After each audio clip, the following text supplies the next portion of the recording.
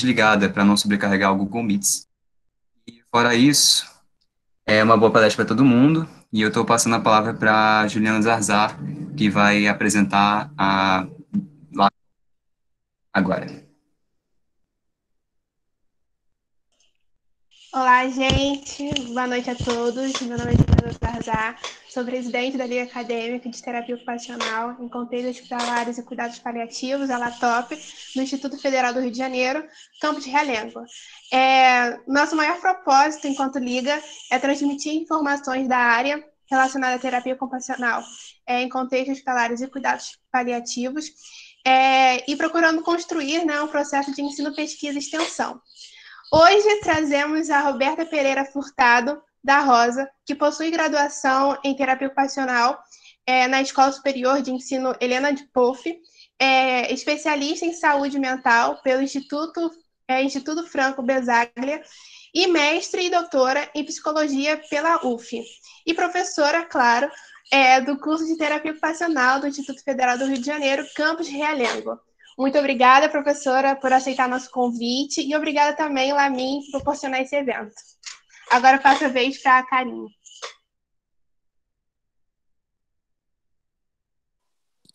Boa noite, pessoal. Tudo bem? Meu nome é Karine Varbones, eu sou a vice-presidente da LAASME, da Liga Acadêmica de Atenção à Saúde Mental, da Unirio.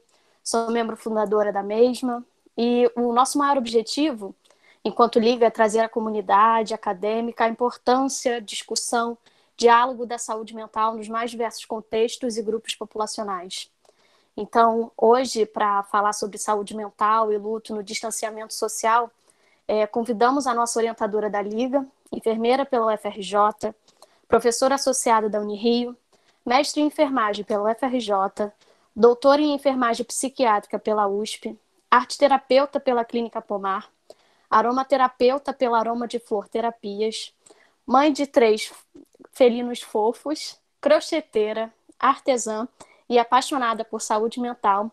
Nós convidamos a doutora Rosane Mello. Mas agora eu passo a palavra à primeira palestrante convidada pela LATOP. Bem-vinda agora a terapeuta ocupacional Roberta Furtado.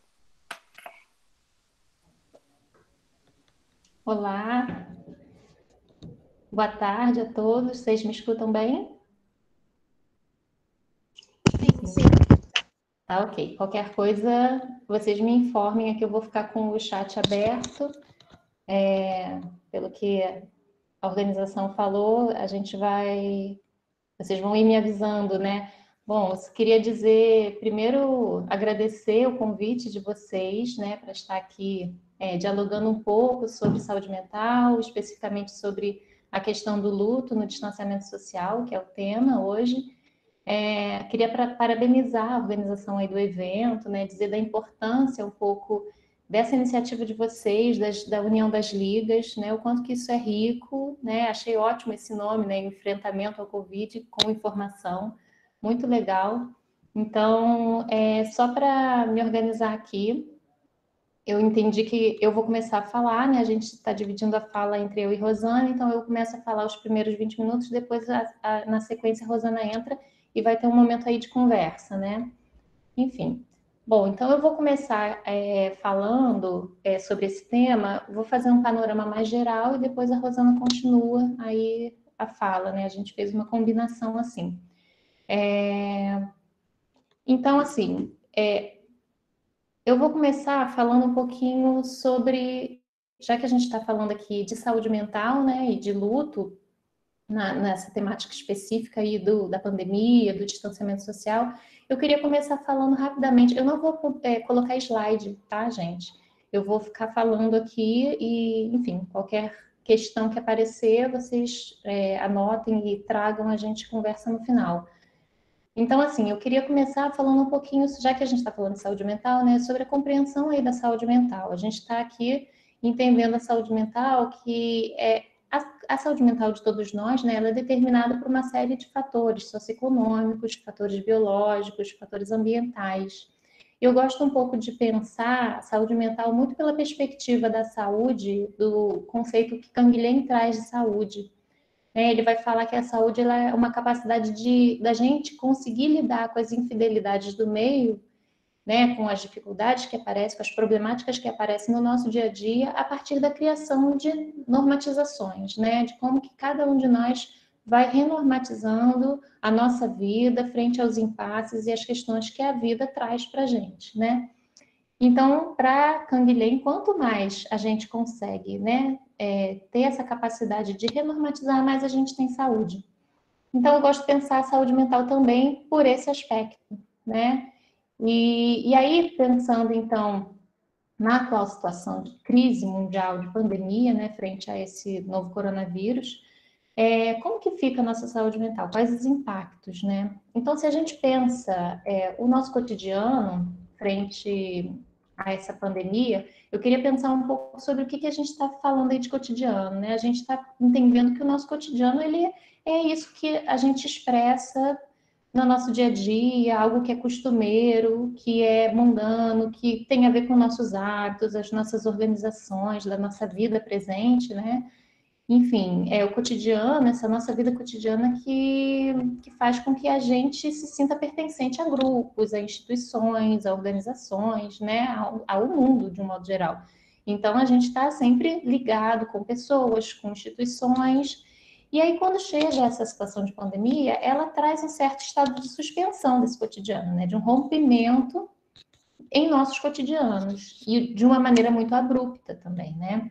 Então, a gente está falando aí que a gente passa muito rapidamente a ter que vivenciar outros modos de organização e de experiências que vão abalar, de certa forma, a nossa organização anterior, já estruturada, né? Então, a gente está falando aí que a gente começa a vivenciar esse processo de isolamento e de um distanciamento social necessário, né, como medida de segurança, para aqueles que podem também fazer esse distanciamento.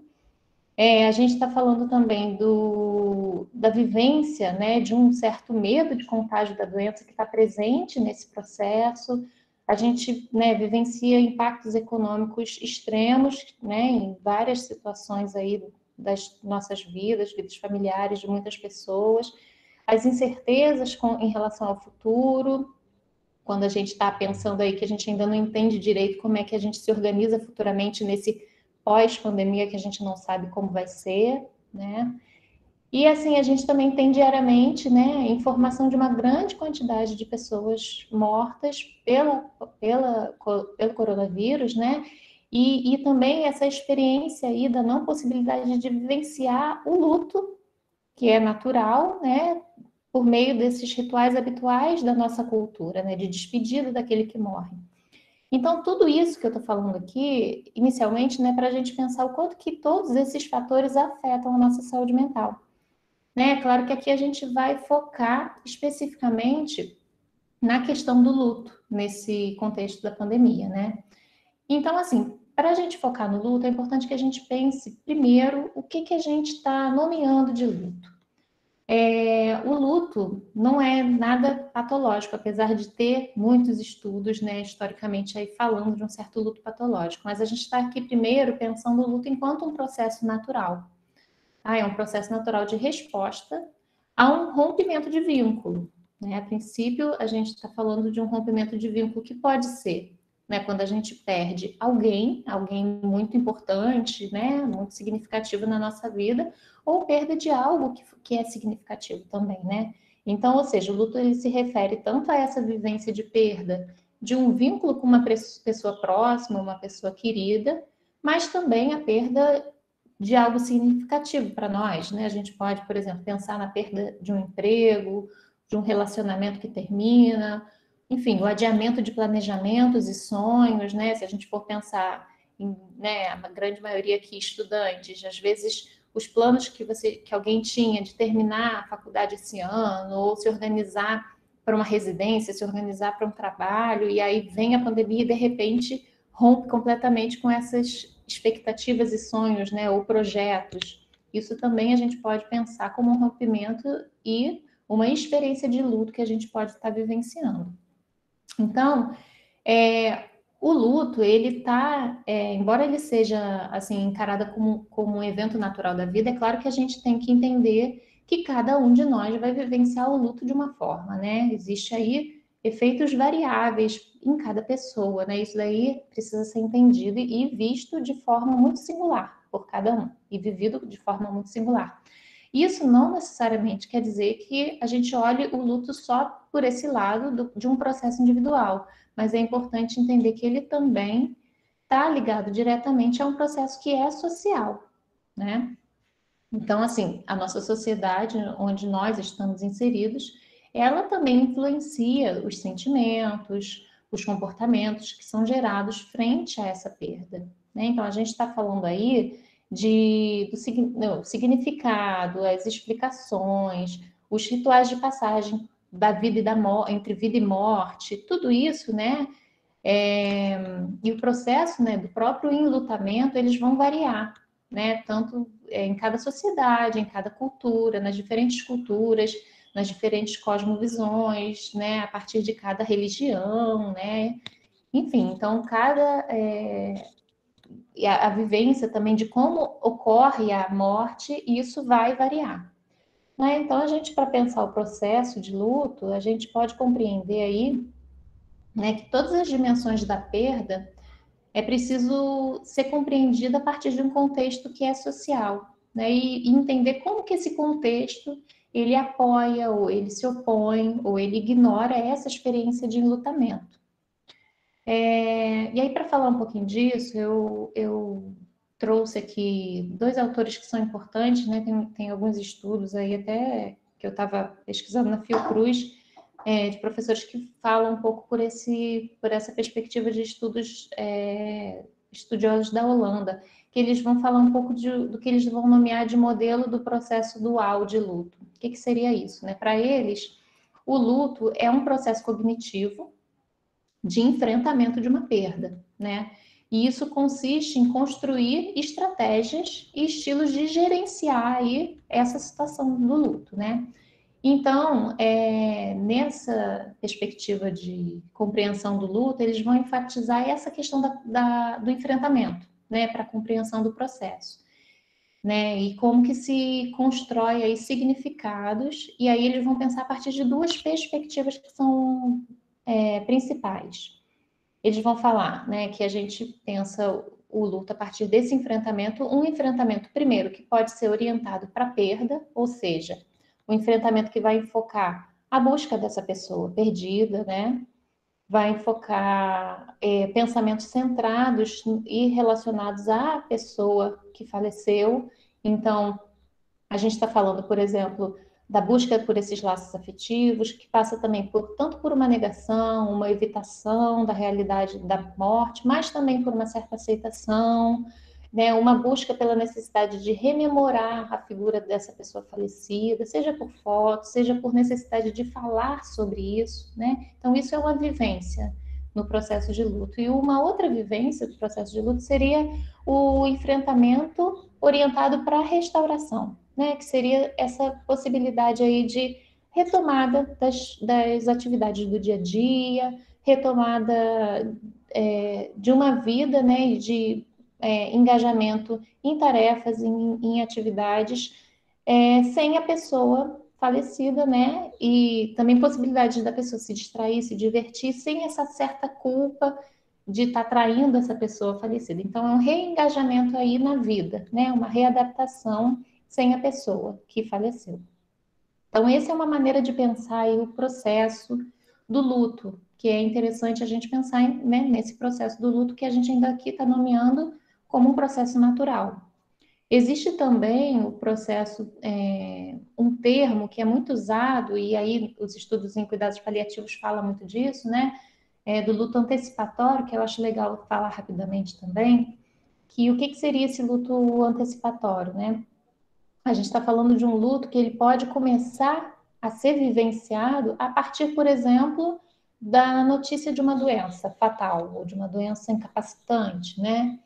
Então, é um luto que passa a ser vivenciado, que pode ser vivenciado pela própria pessoa que recebe a notícia da doença, como pelos seus familiares próximos. Então, é um processo de luto onde vai ser vivenciado essas perdas, por exemplo, das funções físicas, perda de uma independência ou autonomia por conta de uma doença, a perda da segurança, o medo da morte, enfim. Tudo isso vai ser vivenciado tanto pela própria pessoa quanto pelos seus familiares. E assim, muita gente que estuda sobre cuidados paliativos, eles vão colocar que o luto antecipatório a partir desse reconhecimento de uma doença fatal, ele também serve como uma possibilidade de vivenciar um processo de elaboração da perda, ainda com a pessoa em vida.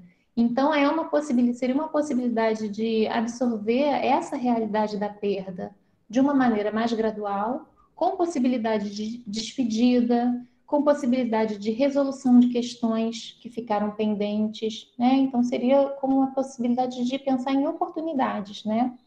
Por que eu estou falando? Que eu achei legal trazer essa questão do luto antecipatório? Porque eu estava essa semana, não, tem umas semanas atrás, né? Eu estava lendo uma reportagem de um autor que estuda muito sobre luto e escreve muito sobre isso. E ele, na reportagem, ele falava um pouco do luto no processo de pandemia, né? Kessler, o nome dele. Ele dizia que esse incômodo que a gente tem vivido, né, é também um processo de luto que a gente está vivendo, né? Para ele entende que esse processo que a gente vive com o rompimento do nosso cotidiano na pandemia é próximo a essa ideia de um certo luto antecipatório, né? Na medida em que essa atual situação de crise, ela traz no contexto a perda de uma certa segurança, de uma certa perspectiva de futuro, traz também a perda, né, além das perdas concretas, mas também essa sensação do medo de perder pessoas queridas, né? Então, nesse contexto da pandemia, a morte, e aí é interessante a gente pensar que na especificidade da doença, né, Covid-19, existe não necessariamente uma possibilidade igual do luto antecipatório, até da gente conseguir vivenciar essa perda de modo gradual, porque também ele traz uma experiência aí próxima e súbita de morte, né? E muito radical em termos de números, né? Então, existem mortes repentinas, inesperadas, precoces, que podem ser complicadoras aí, né? E aí a gente pode pensar que essa atual situação que é colocada para a gente, além desse processo do medo de perder as pessoas queridas, além desse processo que a gente vivencia em termos quantitativos e qualitativos das mortes, eles podem gerar em nós, né, e nas pessoas que estão vivenciando o luto, pode gerar luto que a gente pode nomear não mais como um luto natural de ser vivido, mas um luto que pode ser considerado um luto complicado, né? Deixa eu beber uma água. O que seria esse luto complicado? Seria esse termo complicado, né, e não patológico, ele é característico para a gente não, como eu falei antes, né? Sai um pouco da discussão tradicional aí das fases do luto e tal. E aí, assim, essa questão, então, né, voltando, da morte repentina, inesperada e precoce, ela é considerada um complicador, né, da vivência do luto.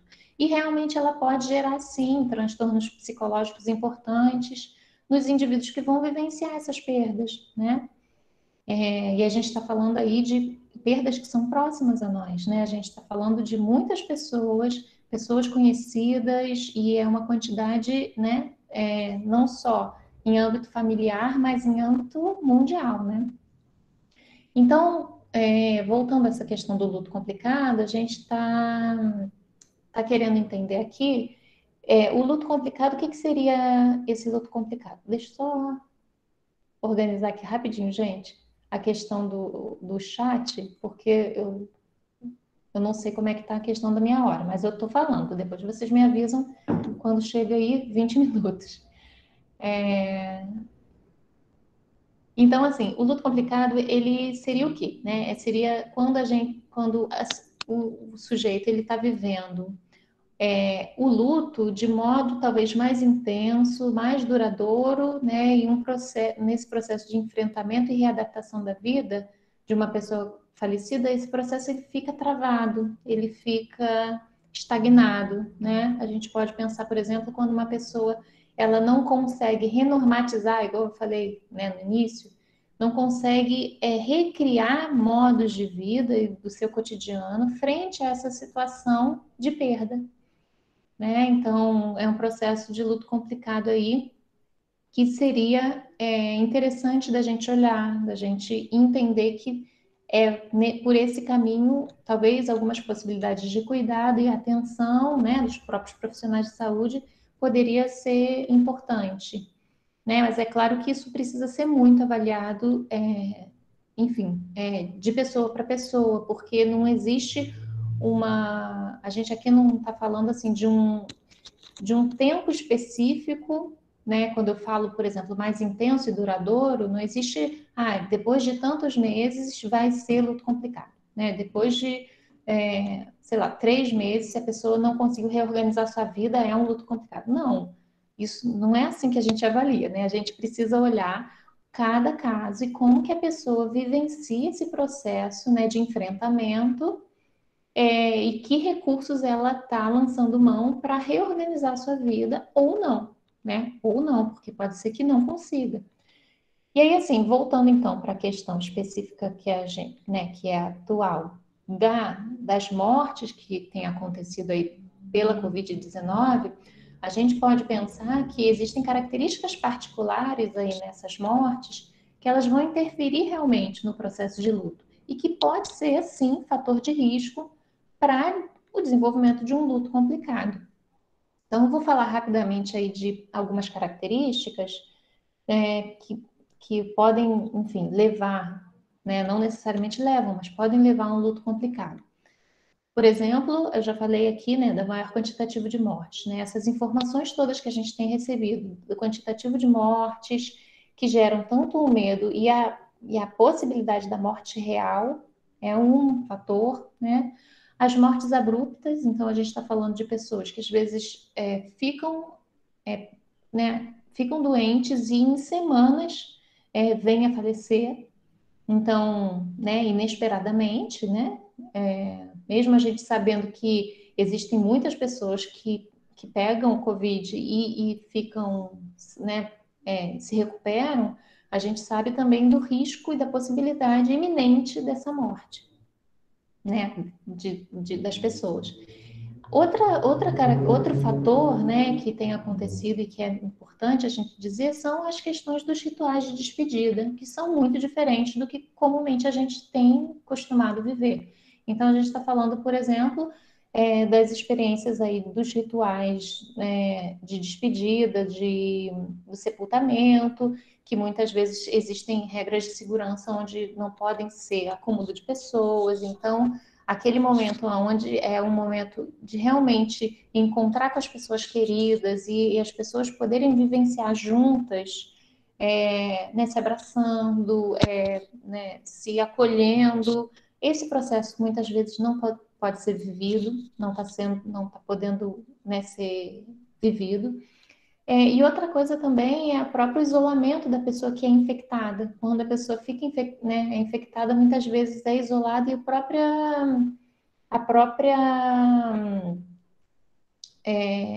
o hospital, a própria organização da segurança ali do hospital, né, impede que os familiares, né, fiquem acompanhando, né, esse parente que está adoecido, né?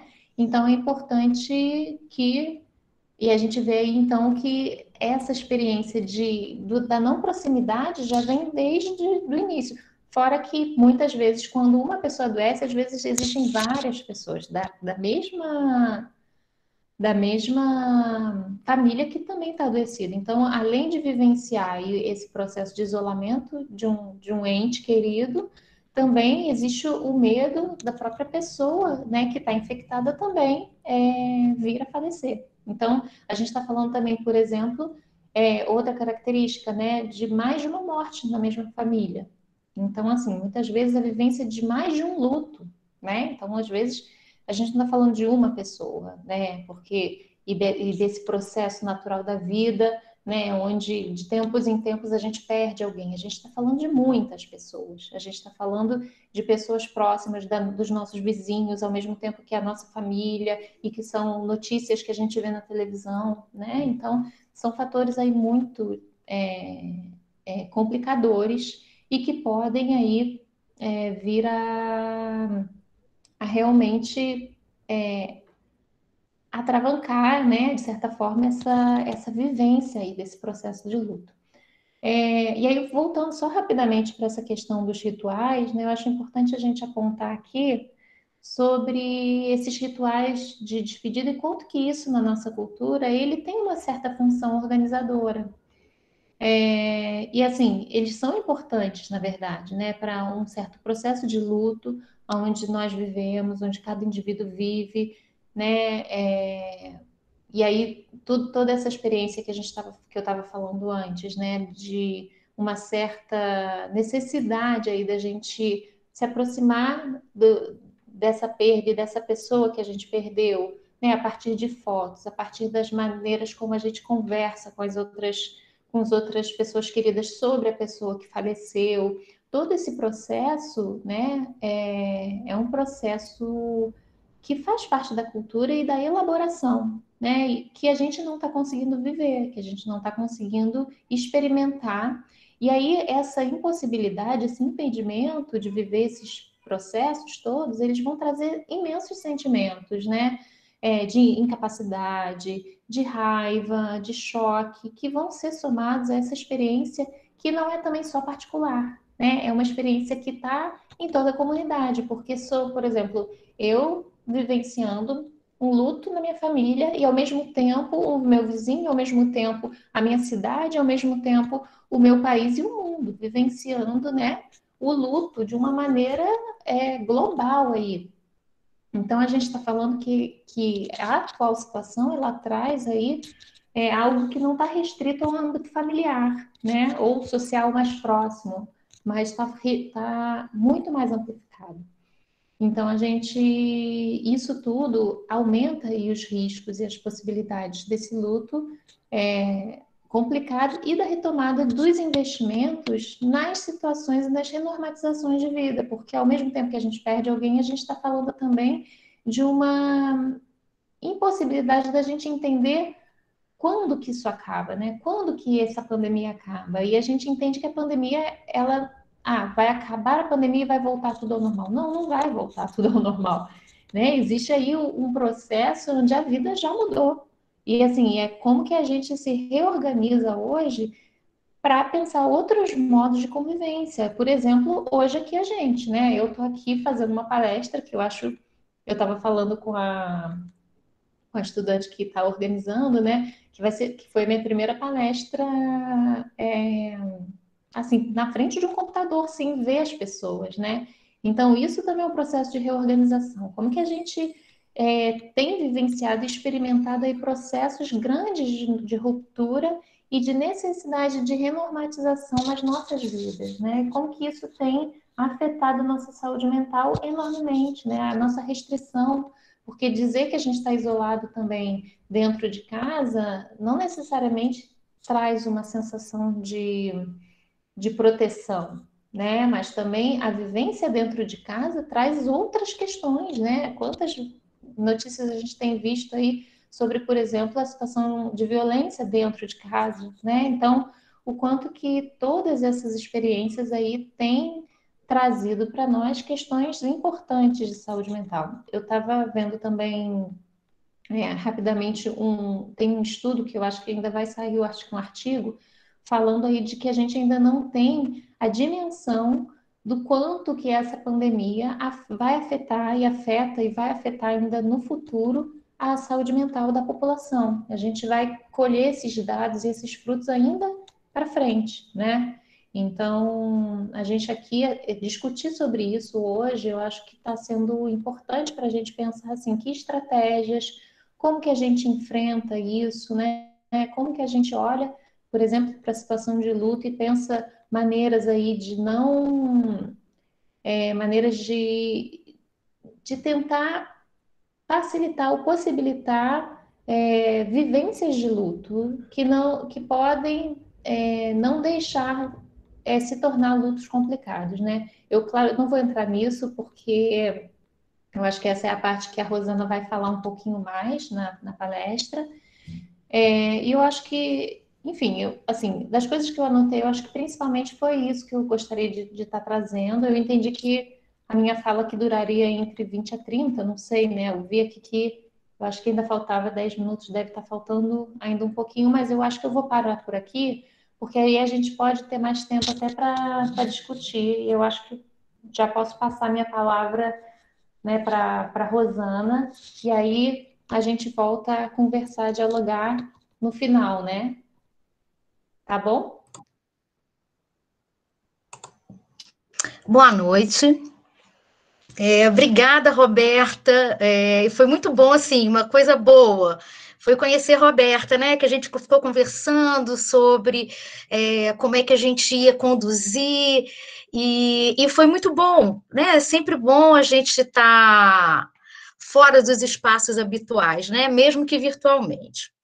E aí, meu nome é Rosane Mello, né? Como a Karine já me apresentou. E eu sou professora lá da Unirio, de enfermagem dessa área de saúde mental. Mas eu tenho um pezinho na antropologia desde a minha época do doutorado. E esse pé na antropologia, ele me dá, assim, algumas perspectivas de observação das coisas, né, que não é muito peculiar, assim, no enfermeiro. E aí, está aí a aproximação que eu vou fazer da Roberta. Então, a minha aproximação com a fala da Roberta vai ser a partir, né, dessa questão dos rituais, porque o ser humano precisa de ritual. Então, a gente precisa dos rituais para entender que a gente não é mais criança e que a gente está indo para uma adolescência, que seria, por exemplo, o que era antigamente o aniversário de 15 anos, seria uma espécie de apresentação, né? Depois, num determinado momento, o rapaz iria servir as Forças Armadas, então ele já não era mais um adolescente, ele já era visto como um homem, né? E esses rituais, eles são importantes porque o nosso inconsciente, ele precisa de uma linguagem simbólica que faça com que ele entenda as coisas melhor, né? Então, a partir do momento que eu vou me afastando dos rituais, eu me afasto dessa colagem com o inconsciente, né? dessa adesão desse inconsciente a essa mudança de identidade, né? E o que acontece? Eu vou entendendo que a minha identidade ela foi mudando. E esses ritos de passagem eles são importantíssimos, só que a gente está cada vez mais afastado deles, né? Então, no que diz respeito ao luto, esses rituais eles são importantíssimos. Eles são importantíssimos para mostrar para a gente, objetivamente, o que está acontecendo. Só que esse luto ele é variável.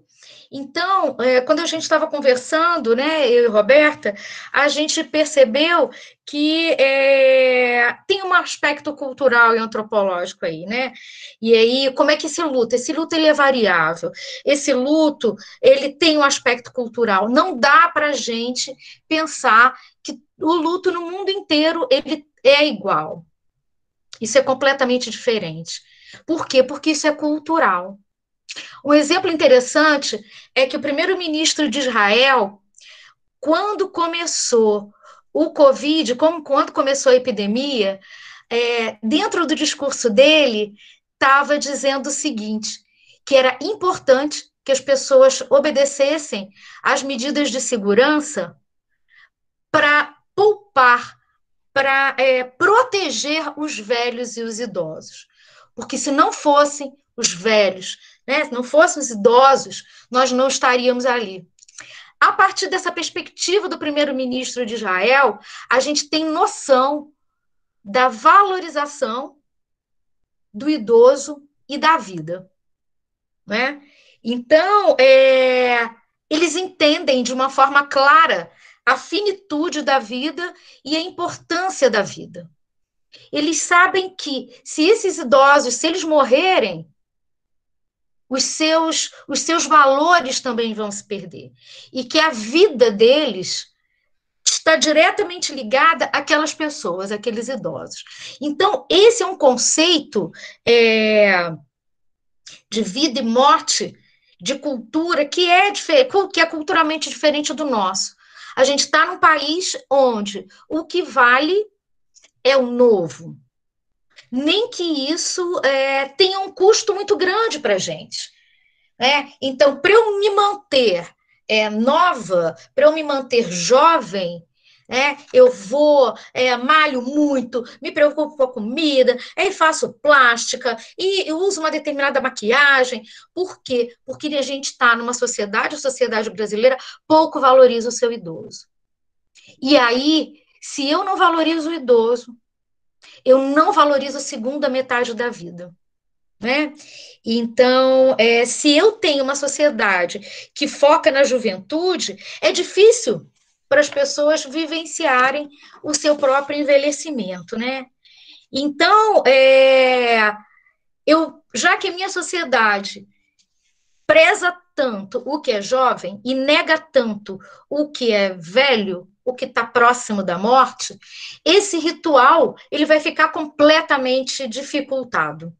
Né? E é claro que a gente não pode estar o tempo inteiro pensando que a vida vai acabar. A gente não pode ficar o tempo inteiro pensando que o meu pai vai morrer, a minha mãe vai morrer, eu vou morrer. O que acontece é que a gente tem mecanismos inconscientes que protegem a gente desse sofrimento, mas a gente não pode negar a existência dele. Então, eu trago aqui o exemplo dos mexicanos. Os mexicanos, o que eles fazem? No Dia dos Mortos, dia 2 de novembro, é uma comemoração de uma semana, onde há festa no México inteiro, durante uma semana inteira. Então, é um festejo, e a gente vai lembrar o que tem de comum, são as caveiras mexicanas, né? Para que aquilo? Para que a gente lembre, cotidianamente, que a vida é curta e que em breve a gente vai morrer. Se a gente for pensar no tempo de existência da Terra, no tempo de existência do cosmos, né, 75 anos não é nada. É muito pouco, mas para a gente é muito, né? Então, a gente tem que pensar, assim, um pensamento dos mexicanos como é que eu posso lembrar dos meus ancestrais de uma forma positiva. Como é que eu posso? Porque quando eu celebro a morte dos meus ancestrais, eu celebro a vida. Né? E aí, nesse momento, e tem quando a gente for falar desses cuidados, né, desse enfrentamento do luto, é uma coisa que os mexicanos já fazem habitualmente, que ter uma foto dos seus mortos, que é falar sobre os seus mortos, comer a comida preferida dos seus mortos, num determinado período. Então, nesse momento, a gente vai ver que o mexicano ele tem um enfrentamento, ele lida muito mais com esse sentido da vida e da morte. Quando a gente vai falar de alguns países africanos, a gente tem festas no dia que algum ente querido morreu. Por quê? Porque eles percebem que aquele sujeito, ele cumpriu o seu papel, que ele fez tudo que ele tinha que fazer. E, nesse momento, ele está encerrando um ciclo para começar um outro, né? Então, a gente não pode esquecer que os festejos fúnebres, eles também festejam a vida. Eles lembram que a vida é curta, eles lembram de como é bom a gente estar perto e valorizar esse cotidiano, que a gente tem que viver com gosto, que a gente tem que viver de uma forma ampla, de todas as maneiras que a gente pode.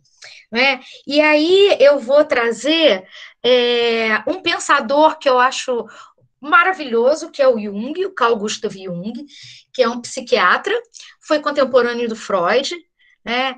E ele usa muitos simbolismos, para falar da vida, da morte, do bom, do ruim.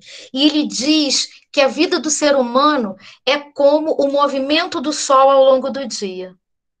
Então, ele diz que quando o ser humano nasce, ele tem toda a potência para ele conseguir chegar no seu auge, para ele conseguir chegar no seu máximo.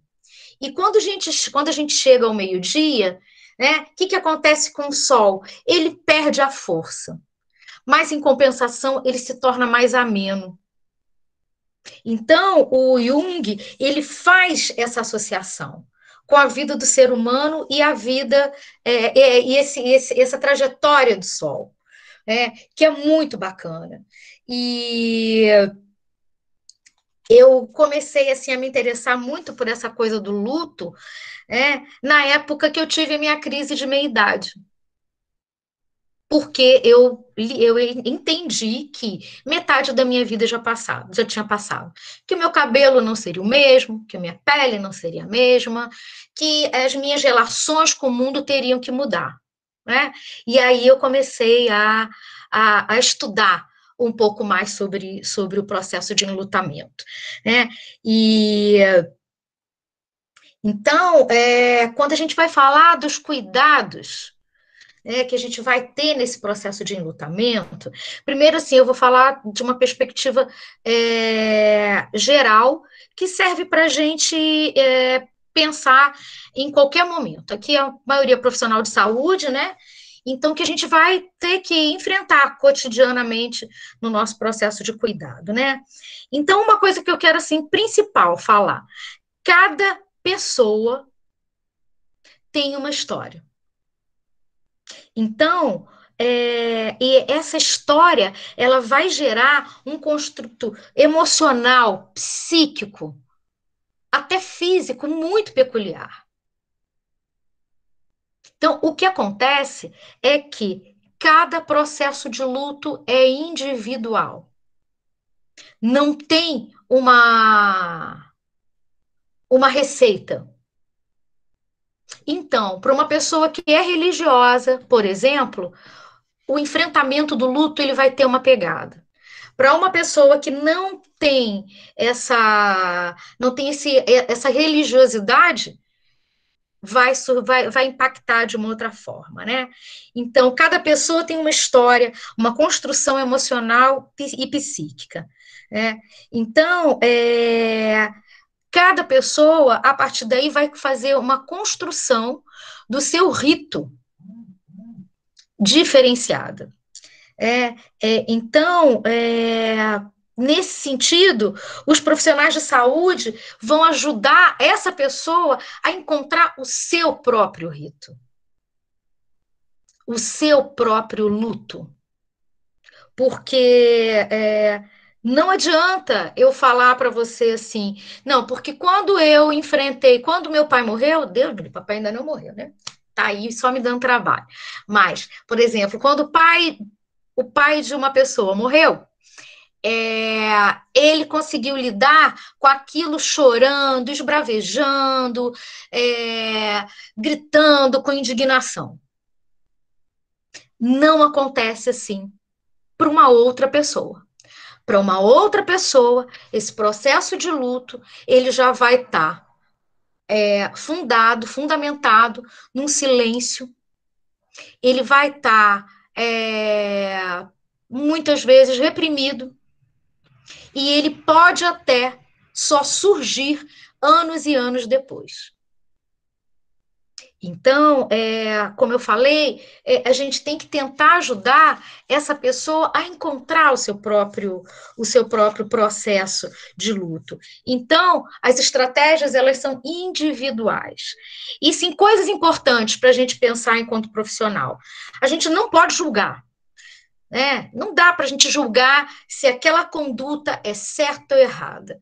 E aí tem uma questão ética e moral que, se ela não afeta o outro, e por que não ter aquele seu próprio luto? Né? Então, eu não posso julgar. Ah, fulaninho está sofrendo demais, está sofrendo de menos. Fulaninho chorou muito. Ah, não, fulaninho não chorou, então não sente falta. Não é assim. Isso é individual. Então, o que serve para um não vai servir necessariamente para o outro. Então, não adianta também a gente ficar falando da nossa própria vivência. Né? A gente tem que, nesse momento, ouvir mais e falar menos, né? E a gente ter a ideia de que pequenas coisas podem gerar o luto, ou assim, o sentimento do luto, que é completamente diferente para o outro. Então, por exemplo, o cheiro de uma comida, um perfume, uma música que aquela pessoa gostava de ouvir. Então, o fator que detona aquela sensação de saudade, de tristeza, ela é extremamente variável. Né? Então, vou dar um exemplo pessoal para vocês.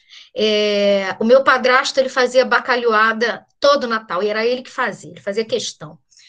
Eu não consigo comer bacalhoada mais no Natal. Porque aquela situação me lembra aquela pessoa tão querida, que era o prato preferido dele. Então, para mim, toda vez que eu me defronto com esse prato no Natal, não tem jeito, vem aquela memória. E aí, o que eu faço? Eu acolho essa memória. Eu vou e sinto essa saudade. E penso, você faz falta, mas você ainda mora dentro de mim. Né? Então, essa sacada dessa pequenina coisa que você pode estar no meio do trabalho e alguém passar com perfume semelhante àquela pessoa perdida. E aí vem aquela sensação de tristeza. E a gente não deve negar essa sensação. A gente deve acolher a essa sensação. Vivenciar essa sensação. Bem, então, esse sentimento de luto, a gente não deve reprimir, a gente tem que vivenciar, né? Então, é como se a gente estivesse numa montanha-russa emocional. Então, eu tô bem, aí daqui a pouco eu lembro, sinto aquele perfume, aí eu fico triste de novo. Mas, como a Roberta falou, eu consigo, né, manter as minhas atividades, consigo continuar a minha vida apesar daquilo, né, para não se tornar um luto mais complicado. Uma outra coisa importante, enquanto profissional, olhar no olho ou de quem está sob cuidados paliativos, que é aquela pessoa que ela está fazendo o seu próprio enlutamento, né? Ou olhar nos olhos daquela família que está passando por aquele processo de luto. Não estou falando agora exatamente com o Covid, mas é uma coisa importante, que essa pessoa, né? Então, quem trabalha com cuidados paliativos tem que ter isso muito, muito trabalhado. Por quê? Porque se eu nego o luto do outro, é claro, eu estou negando o meu, não quero ver, né? Ainda mais se tiver alguma semelhança com alguém que eu perdi, então eu nego aquilo, eu não quero ver. E então a gente tem que acolher essa pessoa, olhar no olho. Quanto tempo falta para mim, hein? Deixa eu ver aqui, que eu falo muito, gente.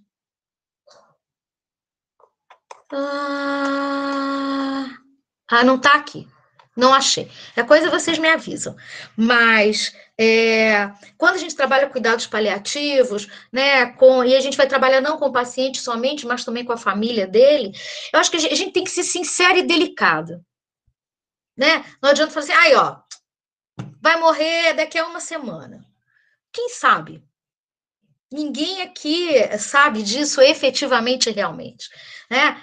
A gente tem que falar, olha, a gente está, né, dá para ver que essa pessoa tá nos seus momentos finais, mas a gente não sabe quanto isso vai durar. E aí, ser sincero, ser delicado, para também não ficar mentindo, porque as pessoas sabem, né? Então, e até uma outra coisa mesmo, falar sobre o funeral, como é que você quer, o que a família está pensando? Tem algum rito específico da sua religião? Que isso foi uma complicação agora no tempo do Covid, porque algumas religiões têm um preparo de corpo diferente. E aí foi muito difícil. Então, a gente saber disso, né? Se outra coisa, se aquela pessoa que está morrendo, se ela tem um desejo. Porque aí eu já vi, assim, saiu no jornal há um tempo atrás, uma pessoa que estava morrendo e era um homem, e ele pediu, por favor, para tomar um cálice de vinho, ele sabia que não ia passar daquela noite. E ele pediu para tomar um cálice de vinho e ver as estrelas, né? E foi feito isso. A equipe de enfermagem foi super criticada, não foi no Brasil, mas por que não? Por que não? Quero comer um chocolate. E por que não? A pessoa está morrendo. E é muito difícil a gente negar, e ter negado isso. O hospital é frio e não possibilita essa conversa, né? Então, respeitar a religião, respeitar a crença, mesmo que não seja a sua, tá?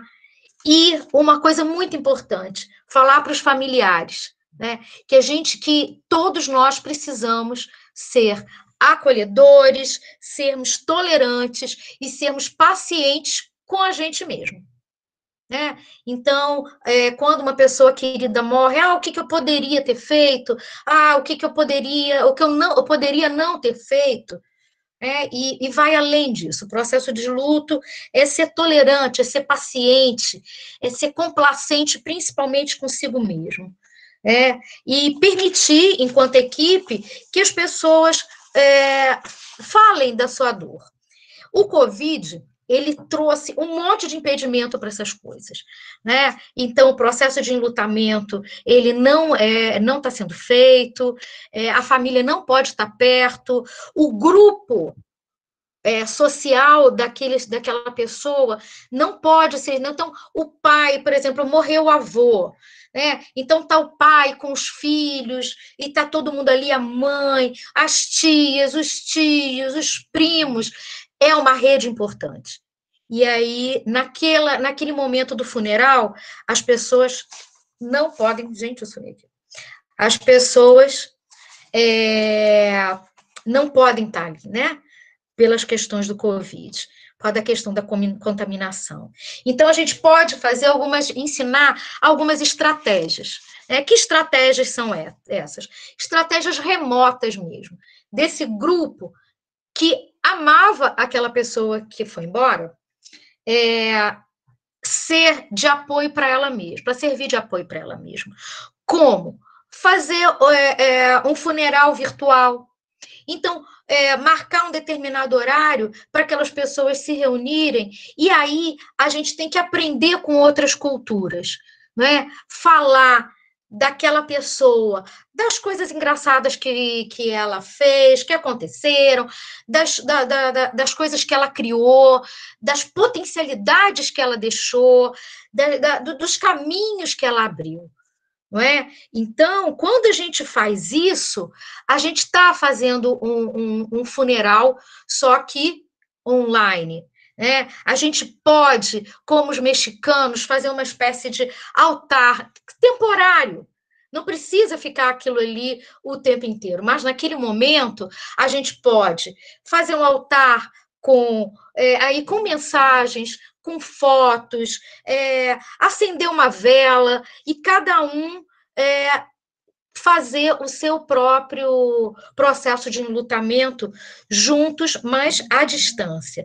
Né? Então, trocar mensagens entre os amigos, os familiares, ter profissionais sensíveis que deem essa notícia da morte. Então, tem que ter uma equipe que tenha você tenha sido treinado, né, em notícias difíceis. E se for possível... Roberto, Ô, Rosane, Fala, João. só para avisar que faltam 8 minutos. Tá ótimo, já estou acabando, João. Tá bom? Então, Tá bom.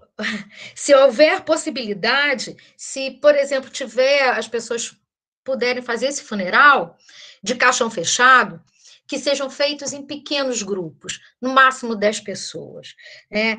E fazer um fortalecimento da rede religiosa, da rede espiritual, dessa família e dessa pessoa que faleceu. Então, nesse momento, buscar os amigos, os familiares, mesmo que seja dessa forma virtual. Então, só assim, já quase fechando, não dá para a gente comparar a dor de um com a dor do outro.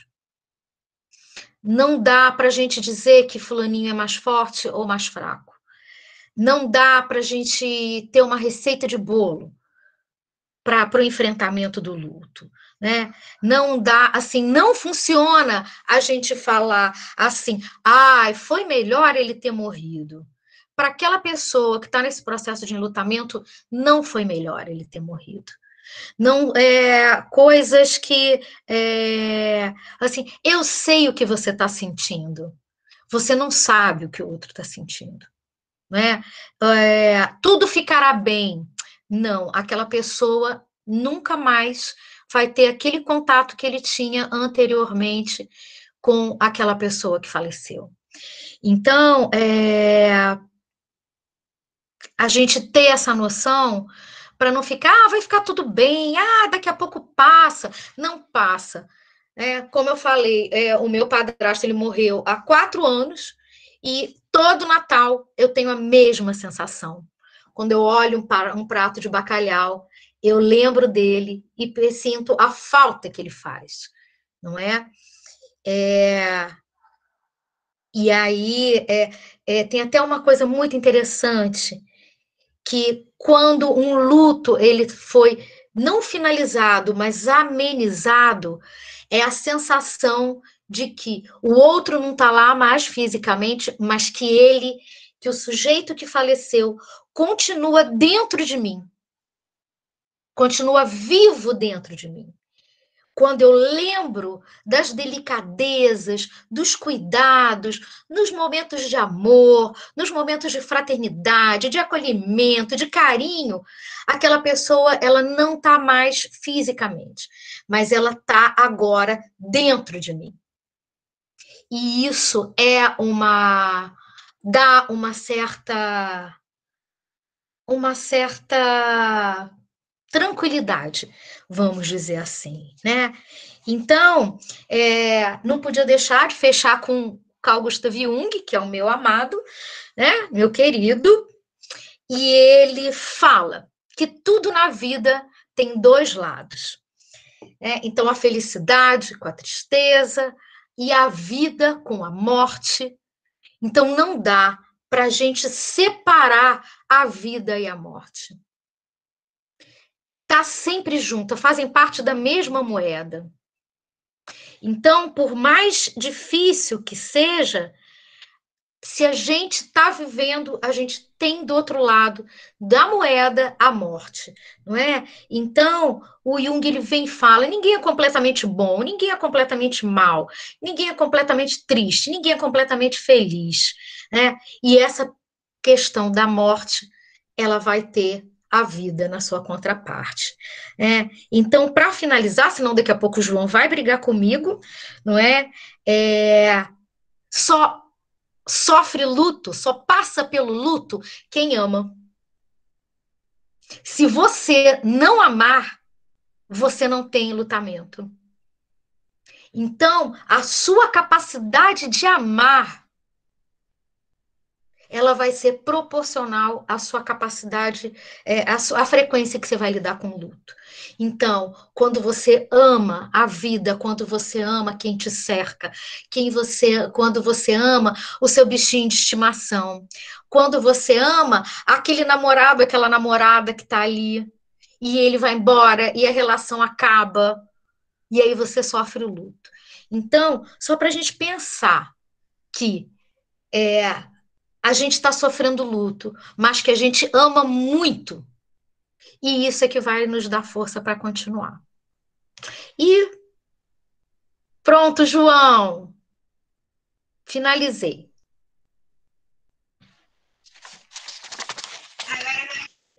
Agora não é o João que estava Oi, falando, Ju! é Juliana. Tudo bom? Quero aqui agradecer, né, a palestra da Roberta e Rosane. Eu tenho certeza que trouxe um novo sentido e um novo olhar para o luto. E agradeço bastante pelas falas. Vamos entrar agora no momento das perguntas. Tem algumas perguntas aqui anotadas. E vamos começar, então, pela Roberta, né? O João Adolfo pergunta: esse luto pode ocorrer uma conotação de histeria coletiva? Oi, deixa eu abrir meu microfone aqui, desculpa. Então, vamos lá. Eu vi essa pergunta, estava dando uma olhadinha rápida nas perguntas. Pois é, eu fiquei pensando nisso que o João falou, né? Que até que ponto essa ideia de luto pode ser colocada ou ser nomeada, enfim, como uma histeria coletiva. Acho que a gente tem que tomar muito cuidado, na verdade, com isso que está sendo colocado, né? E com esse discurso aí de que, enfim, que a gente sabe de onde vem, a gente está falando do cuidado que tem que ter, porque luta é uma coisa, né? Eu acho que a Rosane trouxe questões maravilhosas aqui para a gente pensar, da importância da sensibilidade, fechou maravilhosamente com essa questão, né? E é isso, né? Se a gente sente, né? E a gente, infelizmente, na nossa sociedade, a gente tem uma certa dificuldade de lidar, de falar das emoções, né? O quanto que elas são fundamentais. E assim, falar de, não sei se a gente pode dizer, porque, enfim, quando ele fala de histeria coletiva, é claro que eu lembro aí do nosso, né, presidente. Mas, porque assim, eu acho que o cuidado que tem que ter, porque de não se pegar essa situação que a gente está vivendo e nomear, de certa forma, né, de uma forma que possa justificar medidas ou justificar, ignorar as questões que estão acontecendo. Então, a gente tem que tomar cuidado com isso, sabe? Porque dizer aí que é uma histeria coletiva muitas vezes não querer olhar para a situação grave e real que está acontecendo, né? Então, a gente está falando aí de uma situação de muitas mortes, a gente não está falando de poucas mortes, a gente não está falando de uma simples doença que passa rápido, a gente está falando de uma situação que é mundial, né, que está sendo olhada com cuidado por várias organizações importantes, por pesquisadores, e a gente precisa, então, tomar cuidado, né, para não entender que essa situação que a gente está vivendo é um luto coletivo, sim, mas não é uma histeria. É um luto porque é uma situação inesperada que nós enquanto sociedade, a gente, foi o que eu falei, a gente vivencia, né, cotidianamente agora, um rompimento do nosso dia a dia, dos nossos cotidianos, da nossa experiência comum de vida, né? A gente estava vivendo com nossos hábitos, com as nossas maneiras específicas de vínculo, né, no trabalho, com as pessoas, no nosso meio social, e de repente isso se rompe, né?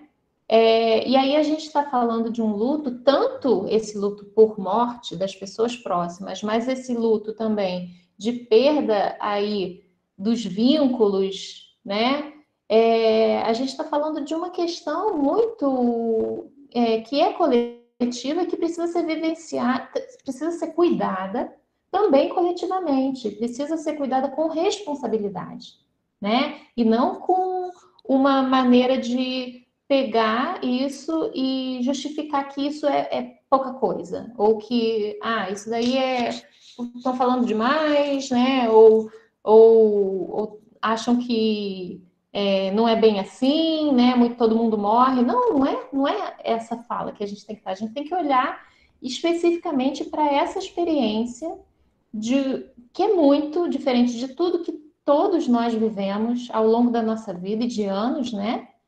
E cuidar disso, né? Cuidar também coletivamente, né? Claro que a gente está falando que cada um vai vivenciar esse processo de luto de modo diferente, mas a gente está vivenciando esse processo de uma maneira global. Então, também cuidar coletivamente é importante. E aí, como que a gente cuida coletivamente disso, né? A gente cuidar olhando e dizendo e falando sobre essa experiência incômoda que todos nós vivemos, nomeando que isso sim é luto e que a gente está passando por isso e que a gente precisa passar por esse processo, né? Podendo olhar para essas mortes e entender que todas as mortes importam, todas as pessoas que morreram são vidas que importam, né? Eu lembro sempre daquela plataforma que criaram os inumeráveis, né? Que fala minimamente assim da vida de cada um, né? Porque cada um que pegou essa doença e que veio a falecer, cada um desses importa, né? E cada um é uma vida que importa. Então a gente precisa cuidar disso, né? E não simplesmente nomear de modo desavisado, de modo irresponsável isso, né? Bom, enfim, poderia falar até muito mais sobre isso, mas eu também não quero. Eu sei que tem várias outras perguntas. Vamos para as próximas. Eu vou fazer uma pergunta aqui da Clara, né? E ela faz a pergunta para as duas, né? Para a Roberta e para a Rosane. A pergunta é: vocês não acham que a sensação é que a morte não está mais assustando e que a empatia já não existe mais? Sempre que existe um acidente em massa, por exemplo, Boate Kiss, Chapecó, Brumadinho, o Brasil para em uma comoção extrema. Mas agora já somos quase 55 mil mortes e sinto que as pessoas não se importam mais. Rosane, você quer começar? Como é que a gente faz? Tanto faz, Roberta. Vai lá, você já está no movimento. Pode falar, depois eu entro. Pois eu vou falar rapidamente também e aí eu passo aí para você.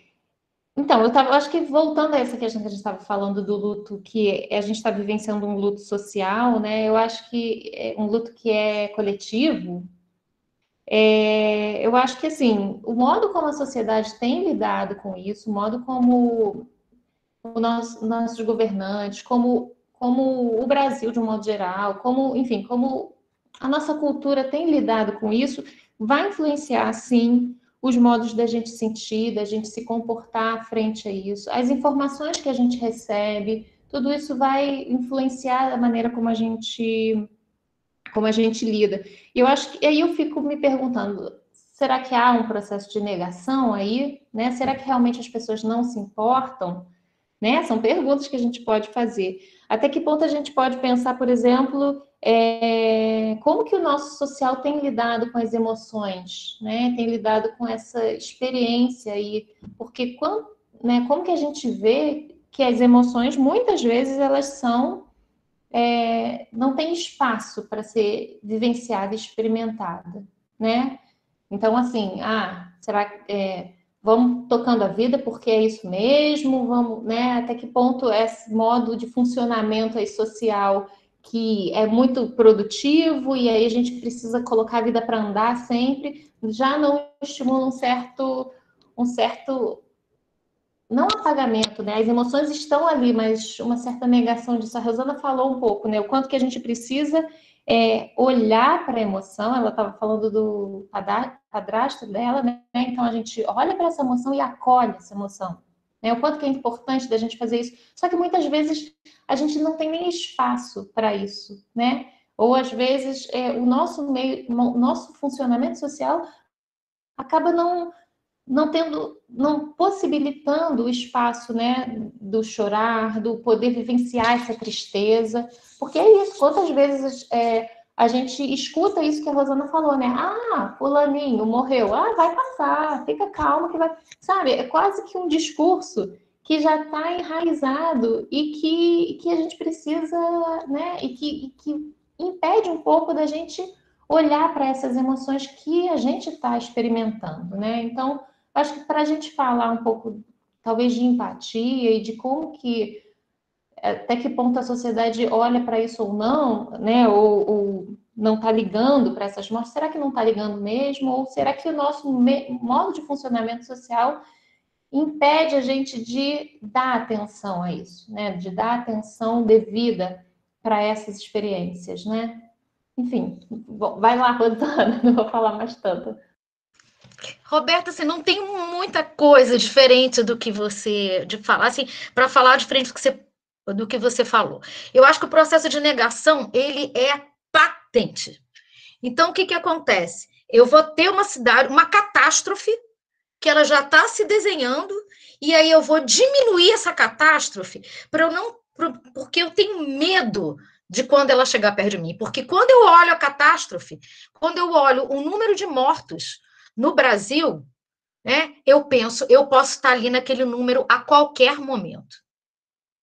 Qualquer momento eu posso pegar o vírus e posso morrer também, ou quem eu amo pode morrer.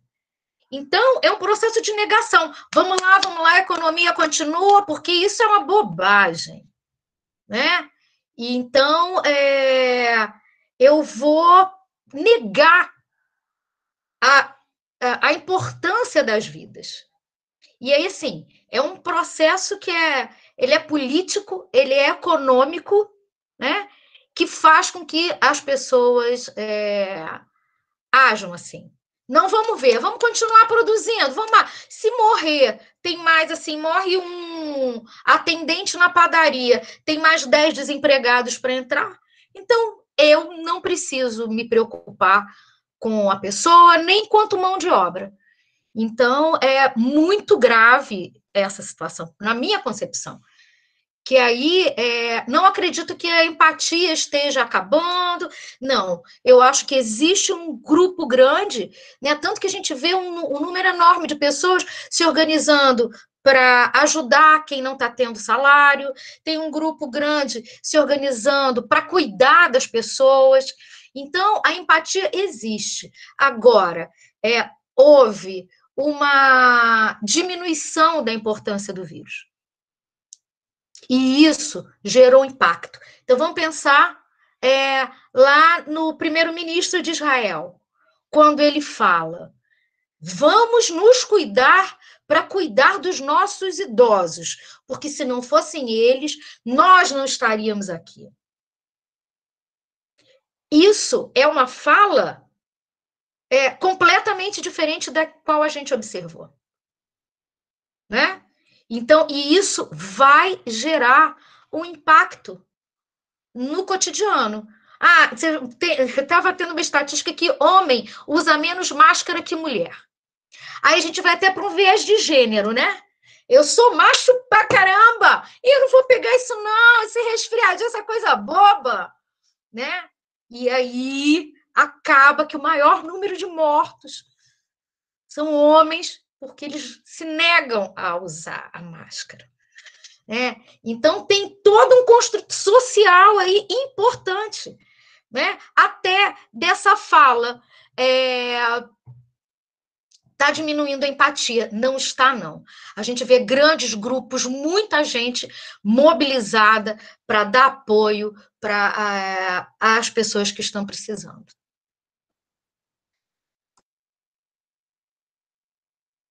Obrigada, gente. Eu acho que tem mais uma também pergunta para as duas. Eu acho que vai ser a nossa última aí, nossa saideira, que seria da Juliana Mamad.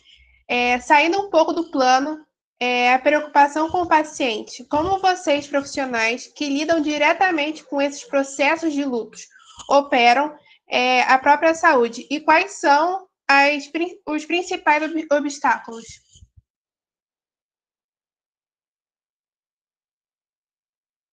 Pode começar, Roberta. Oi, tá bom. Então, importantíssima, né? Não está saindo do foco, não. Eu acho que é importante a gente falar de como que a gente, enquanto profissional de saúde, vai lidar com isso, né? Eu acho que isso é uma questão que cabe ao profissional de saúde, e agora nessa situação, o quanto que é necessário a gente cuidar também dos profissionais de saúde, porque quem está, por exemplo, na linha de frente, além de estar vivenciando os processos, né, de morte frequente aí de pessoas, né, está também vivenciando, às vezes, morte de colegas de profissão, né, de, às vezes, pessoas que estão na mesma equipe. Então, também a saúde mental dessas pessoas precisa ser cuidada, precisa ser amparada. E aí, assim, como que a gente pensa, por exemplo, da equipe se cuidar, né? Como as equipes poderem se organizar de forma a poderem se revezar, por exemplo, nos cuidados aí, por exemplo, de como noticiar as mortes, das pessoas poderem, enquanto profissionais de saúde, perceber entre elas como que está sendo essa experiência do trabalho e poder umas estarem cuidando das outras em termos de se resguardar, poder cuidar enquanto, por exemplo, tem alguém que está se sentindo muito mal e não está dando conta de, por exemplo, fazer as notificações de morte. Então, como que pode ser revezado?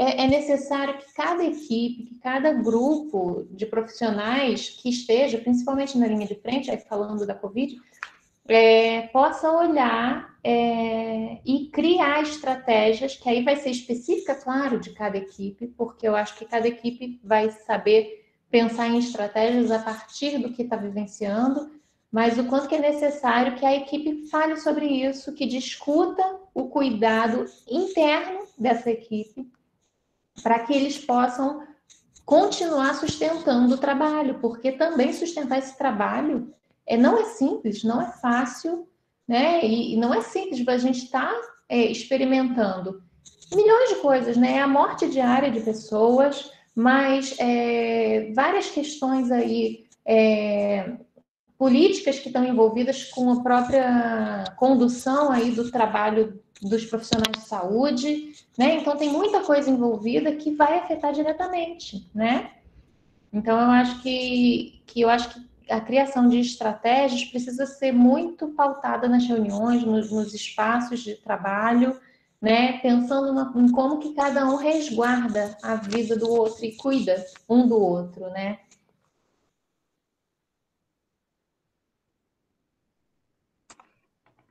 Então, eu tenho ouvido várias pessoas que estão na linha de frente, né?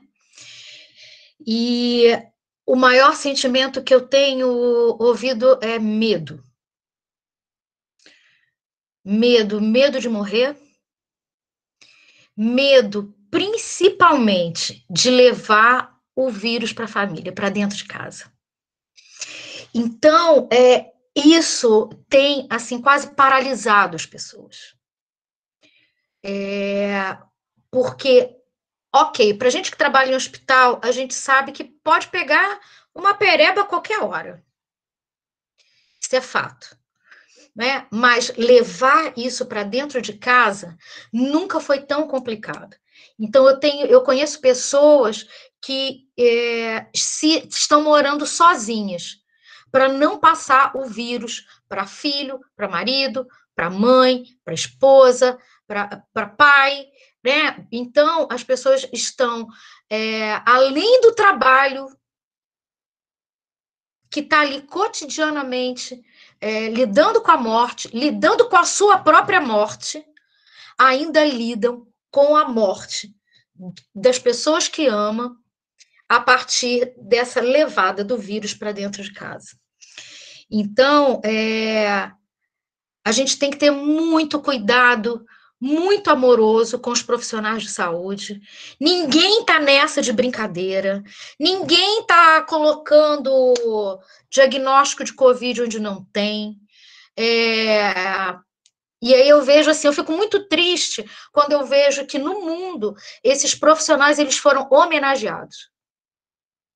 Então a gente viu na China, viu no Japão, viu na Coreia, viu na Europa. Esses profissionais eles serem assemelhados a super-homens, a heróis, e aqui no Brasil é dito para invadam os hospitais. Como a gente viu no jornal, uma semana atrás, que uma família que tinha perdido a mãe invadiu o hospital, agrediu as pessoas, agrediu os profissionais de saúde. Então, a gente está numa situação muito complexa, e como lidar com isso, né? E eu acho que a gente está falando o tempo inteiro, Roberta e eu falamos o tempo inteiro disso, de escuta sensível, né? Eu li alguém falando aqui no chat, só não pude dar muita atenção, que às vezes não é nem falar nada, mas só ouvir.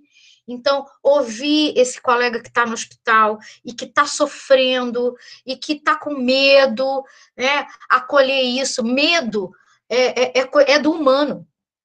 É instinto de sobrevivência. A gente ter medo de alguma coisa que pode nos levar à morte. Então, não tem que ter vergonha de falar. Né? Então, essa conversa, e aí a Roberta falou dessa questão da supervisão clínica, né? Desse clima que está diferente. Todas as pessoas que eu conheço que estão na linha de frente falaram, a equipe não é mais a mesma. A equipe não sorri mais, a equipe não brinca mais, a equipe não pega nos pacientes como pegava antes. Né? E todo mundo se questiona, será que hoje eu vou pegar o vírus? Será que eu vou levar o vírus para dentro da minha casa? Então, os profissionais estão passando por um momento muito difícil.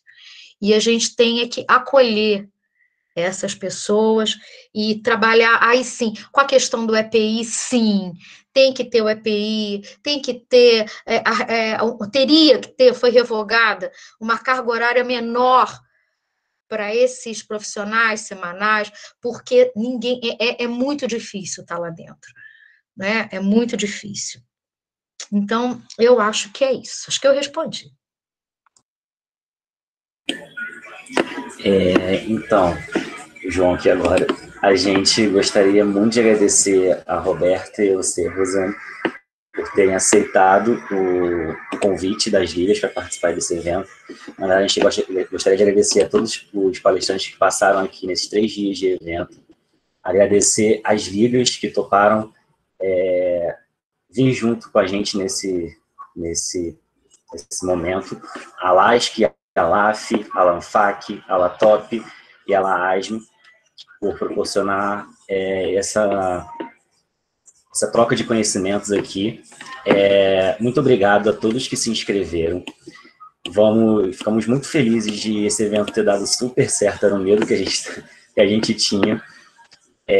Agradecer também nossos apoiadores, a Medcel, a PebMed e a editora Ateneu, que disponibilizaram alguns brindes para serem sorteados durante o evento. Lembrando que quando acabar aqui a palestra, de encerramento, vai ter o último sorteio lá no Instagram da Lamin. Então é basicamente isso. Muito obrigado a todos e esperamos encontrar vocês num próximo evento webinar em Interligas de Saúde. Muito obrigado a todos. Eu queria agradecer a vocês por essa oportunidade de estar aqui, de ter conhecido Roberta, e ter trocado figurinha com a Roberta foi ótimo, e agradecer, parabenizar, desculpa, falar que esse movimento estudantil, ele é maravilhoso, e vocês estão de parabéns, né? Então, parabéns e muito obrigada. Boa noite. Parabéns para todos, gente. Foi ótimo, muito bom. Obrigada por terem me chamado e continuem com esse evento que é maravilhoso. Um abraço a todos, viu?